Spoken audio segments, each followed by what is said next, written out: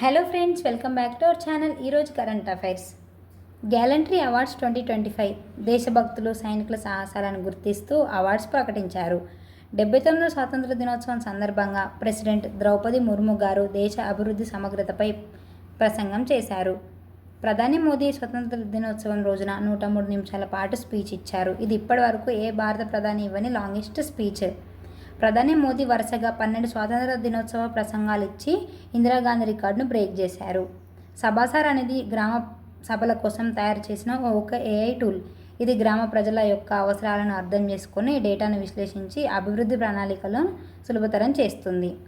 శ్రవణ్ కుమార్ అవార్డులు సిక్కిం రాష్ట్రంలో యువతకు ప్రతిష్టాత్మక సేవా కృషి కోసం ఇవ్వబడ్డాయి. స్మార్ట్ ట్రాన్స్పోర్ట్ కోసం ఐఐటి హైదరాబాద్లో తొలి ఏఐ ఆధారిత డ్రైవర్ రహిత ఎలక్ట్రిక్ మినీ బస్సులు ప్రారంభం అయ్యాయి. ఆంధ్రప్రదేశ్ శ్రీ పథకం మహిళలకు ఉపాధి, విద్యలో సహాయం అందించి వారి ఆర్థిక మరియు సామాజిక స్థాయిని పెంచేలా రూపొందించబడింది. ఎస్బీఐ అగ్నివీరుల కోసం ప్రత్యేక రుణ పథకం ప్రకటించింది. ఈ పథకం ద్వారా వారు ఉపాధి, వ్యాపారం, స్వయం ఉద్యోగం కోసం ఆర్థిక సహాయం పొందగలరు. ఐఎన్ఎస్ ఈక్షాక్ భారత నౌకాదళానికి కొత్తగా చేరిన సహాయక నౌక. భారతీయ హాకీ క్రీడాకారుడు 1972 మ్యూనిచ్ ఒలింపిక్స్లో కాంస్య పథకం గెలిచిన వేస్ కన్నుమూశారు. IIT Madras SBI foundation para athlete కోసం ప్రత్యేక స్పోర్ట్స్ స్కాలర్షిప్ ప్రారంభించి శిక్షణ, ఉపాధి అవకాశాలను పెంపొందిస్తుంది.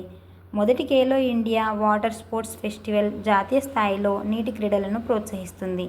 ఇది యువతలో జల క్రీడలపై ఆసక్తి పెంచుతుంది. Thanks for watching. ఇలాంటి ఇన్ఫర్మేషన్ మీ వరకు రావాలంటే మన ఛానల్ని సబ్స్క్రైబ్ చేసుకోండి.